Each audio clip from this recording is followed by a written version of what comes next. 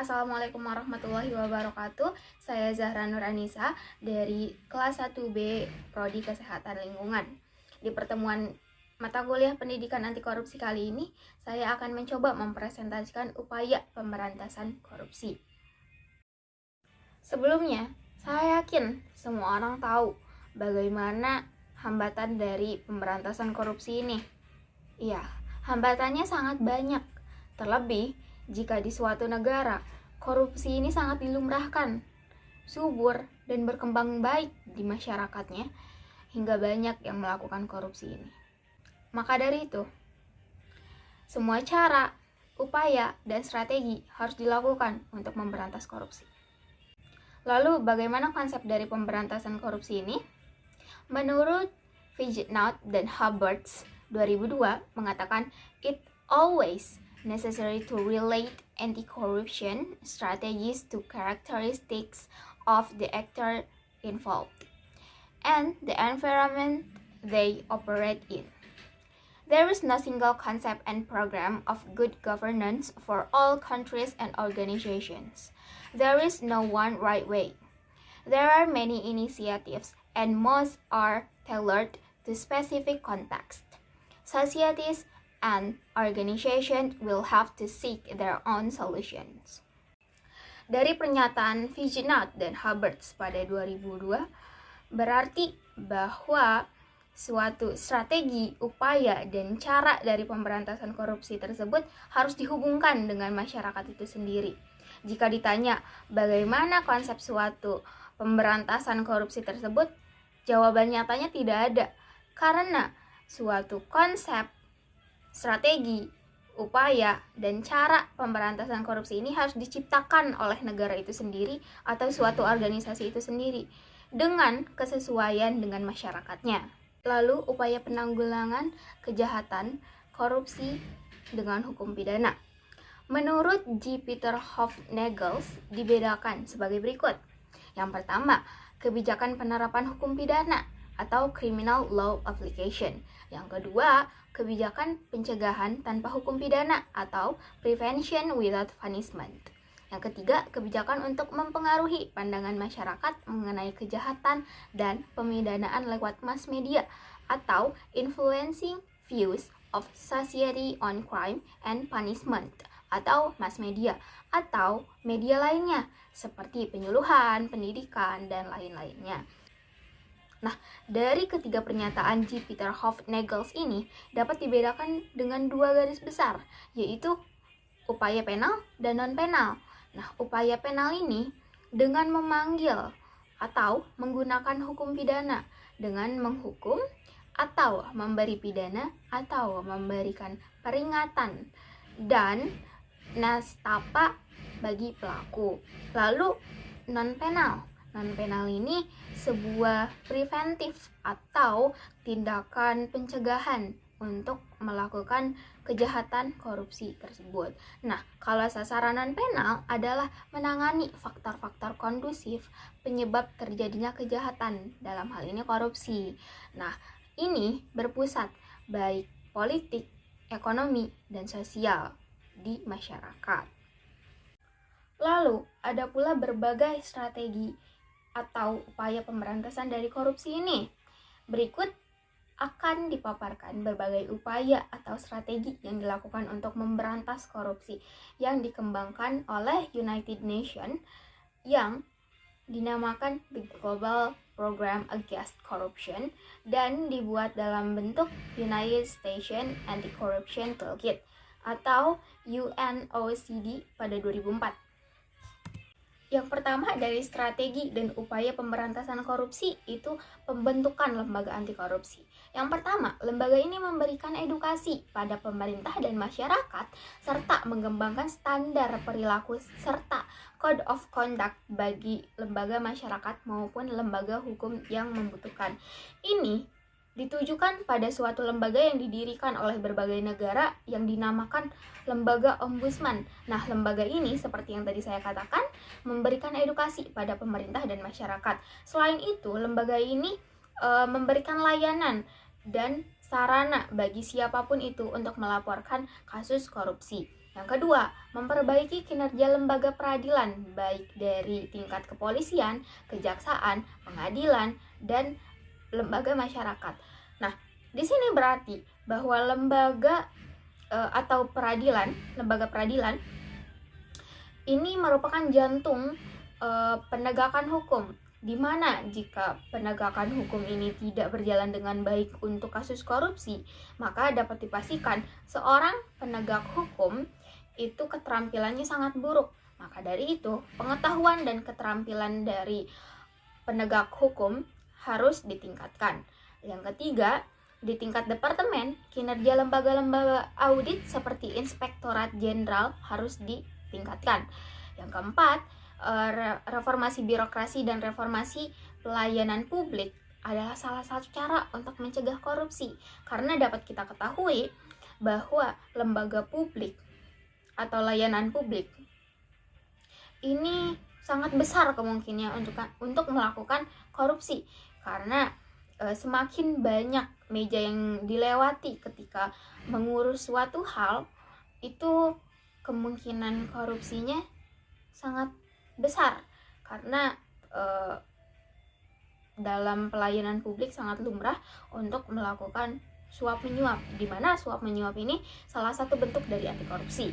Lalu yang kelima, memperbaiki dan memantau kinerja pemerintah daerah, karena sebelum ada sistem otonomi daerah, semua urusan dilakukan oleh pemerintah, pemerintah pusat. Maka dari itu, di pusat atau di ibu kota banyak sekali terjadi korupsi.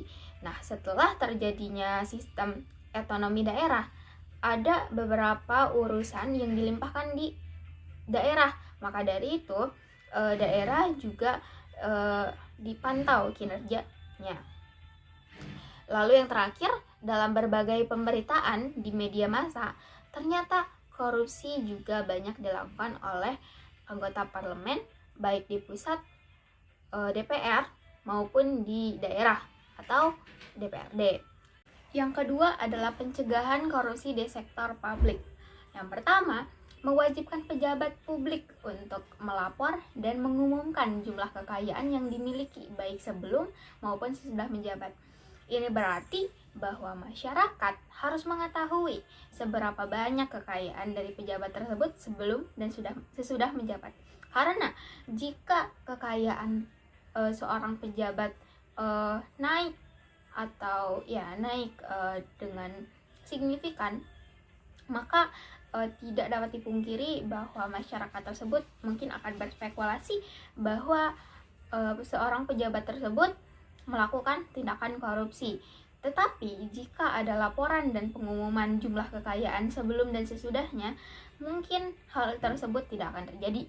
Yang kedua, sistem yang transparan dan akuntabel dalam hal perekrutan pegawai negeri dan anggota militer juga perlu dikembangkan, karena dapat kita ketahui bahwa perekrutan pegawai negeri dan anggota militer menjadi ajang bagi oknum-oknum untuk melakukan korupsi. Maka dari itu, sistemnya harus transparan dan akuntabel. Yang ketiga, melakukan lelang atau penawaran secara terbuka untuk kontrak pekerjaan atau pengadaan barang baik di pemerintah pusat, daerah maupun militer. Ini juga masyarakat harus mengetahuinya, dan sistemnya harus transparan pula. Lalu yang terakhir, sistem penilaian kinerja pegawai negeri yang menitikberatkan pada proses, yaitu process oriented dan hasil kerja akhir atau result oriented perlu dikembangkan. Lalu yang ketiga dari strategi dan upaya pemberantasan korupsi yaitu pencegahan sosial dan pemberdayaan masyarakat. Yang pertama, memberikan hak pada masyarakat untuk mendapatkan akses terhadap informasi atau access to information. Nah, berarti masyarakat ini harus mendapatkan semua informasi dari pemerintah, baik itu kebijakan pemerintah dan informasi dari pemerintah lainnya. Ini berarti pemerintah harus transparan dalam melakukan kebijakan. Lalu yang kedua, menyediakan sarana bagi masyarakat untuk melaporkan kasus korupsi. Yang ketiga, pasal mengenai fitnah dan pencemaran nama baik tidak dapat diberikan untuk mereka yang melaporkan kasus korupsi, karena kasus korupsi ini sangat besar atau sangat lebih penting daripada kepentingan pribadi. Yang keempat, semakin banyak informasi yang diterima oleh masyarakat, semakin paham mereka akan bahaya korupsi. Nah, ini berarti bahwa pers bebas itu sangat penting, karena bisa ditujukan kepada masyarakat, dan masyarakat semakin penting akan bahaya dari korupsi tersebut. Yang kelima, lembaga swadaya masyarakat atau LSM atau NGOS, baik tingkat lokal atau internasional. Sama dengan pers bebas, LSM ini untuk mencegah terjadinya korupsi dan memantau. Lalu menggunakan dan mengoperasikan perangkat elektronik surveillance. Ini seperti CCTV yang bisa disimpan di tempat-tempat tertentu untuk melakukan pemantauan. Lalu yang terakhir, melakukan kampanye tentang bahaya korupsi. Ini bisa berarti seperti sosialisasi kepada masyarakat akan bahaya korupsi.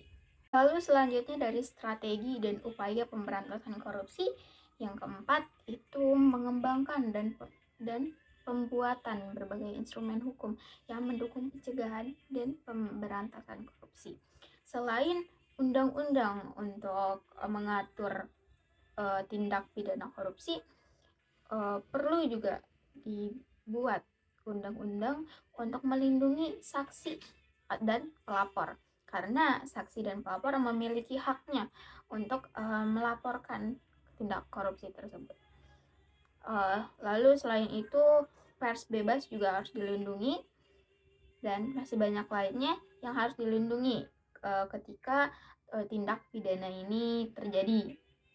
Lalu yang kelima, monitoring dan evaluasi. Nah, monitoring dan evaluasi ini salah satunya untuk melengkapi upaya pemberantasan korupsi ini, karena jika tidak dilakukan monitoring dan evaluasi, kita tidak akan tahu apakah pemberantasan korupsi atau program yang kita jalani ini apakah sudah berjalan dengan baik atau bahkan gagal. Maka monitoring dan evaluasi harus dilakukan. Yang keenam, kerjasama internasional. Kerjasama internasional juga perlu dilakukan. Sekian pembahasan upaya pemberantasan korupsi dari saya. Mohon maaf bila ada kesalahan. Wabillahi taufiq wal hidayah. Wassalamualaikum warahmatullahi wabarakatuh.